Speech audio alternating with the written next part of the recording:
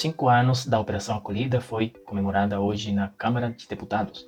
E eu queria trazer para vocês, em relação a esse assunto da Operação Acolhida, um pouco em detalhe. Talvez porque você não conheça o que é a Operação Acolhida e o que tem a ver isso com os venezuelanos.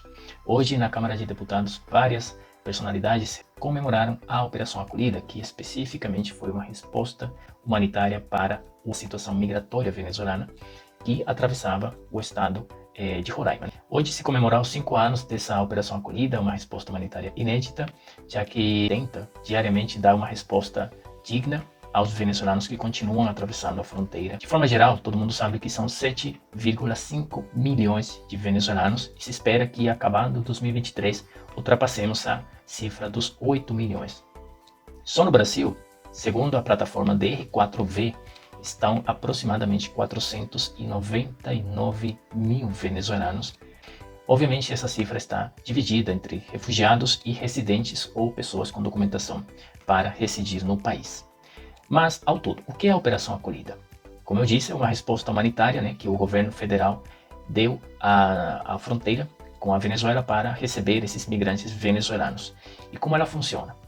Ela está dividida basicamente em 3 eixos. O primeiro é o ordenamento da fronteira. Muitas pessoas que no início entravam não tinham acesso à documentação para poder continuar o caminho no Brasil. Hoje em dia esse processo está muito mais agilizado, também para controle de segurança do Estado, do país, inclusive pelo acesso de pessoas criminosas que possam estar vindo da Venezuela, devido a denúncias que aconteciam no passado.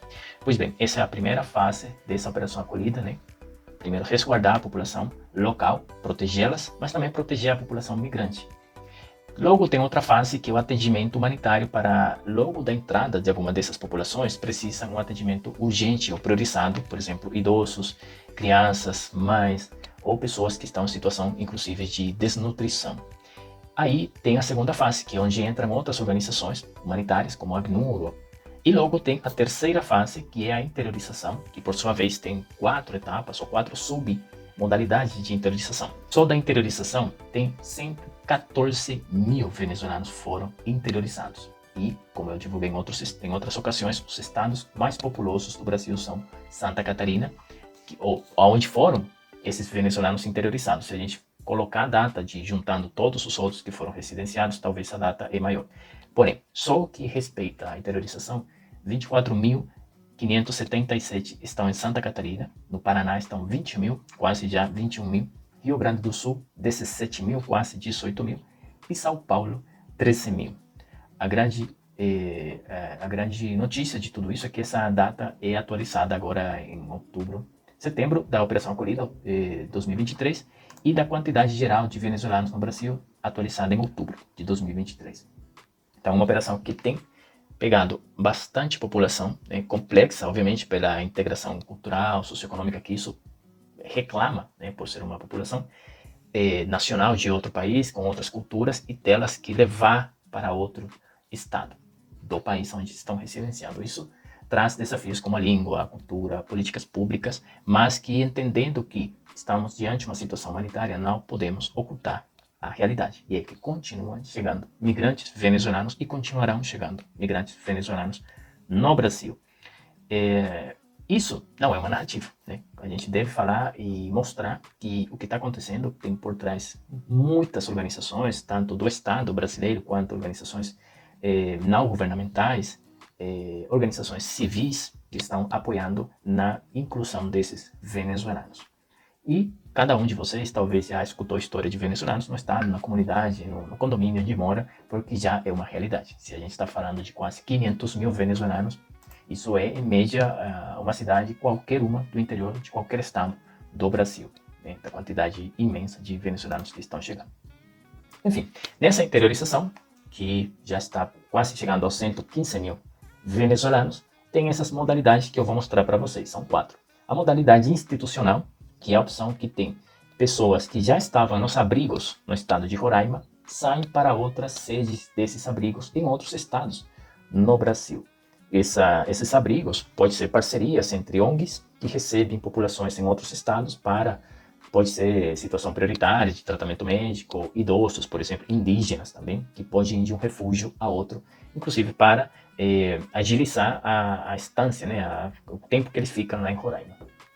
A segunda modalidade, reunificação familiar, que é talvez parte de uma família que está chegando no Brasil e tinha um parente ou tem um parente em outro estado e está disposto a recebê-lo.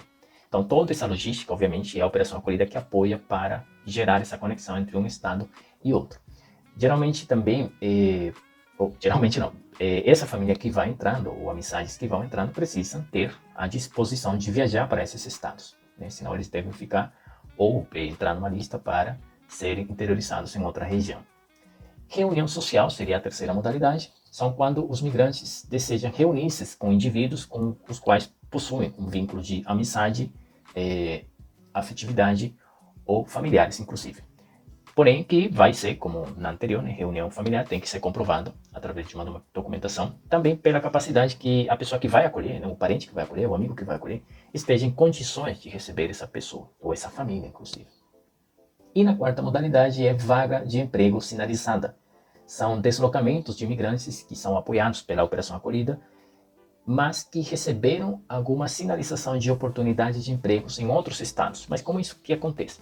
Então, nos abrigos tem população migrante venezuelana, que essa população, eles são ajudados a criar o seu currículo.